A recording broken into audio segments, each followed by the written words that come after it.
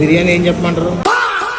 తూర్పుగోదావరి జిల్లాలో బాగా ట్రెండ్ అవుతున్న ఒక రెస్టారెంట్ కి అయితే మనం ఎప్పుడైతే వచ్చేసాం అదే ఆంధ్రాస్ లార్జెస్ట్ రెస్టారెంట్ అనమాట. దీన్నే రాయుడు గారి మిలిటరీ హోటల్ అని కూడా అంటారు. సో ఈ రోజు మనం ఫుడ్ బ్లాగ్ అయితే చేద్దాం.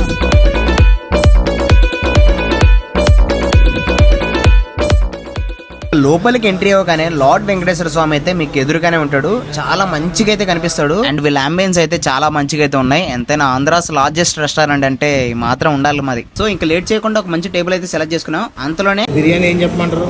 నాతో పాటు వచ్చిన మా బ్రో అయితే మటన్ దమ్ బిర్యానీ అయితే అడిగాడు.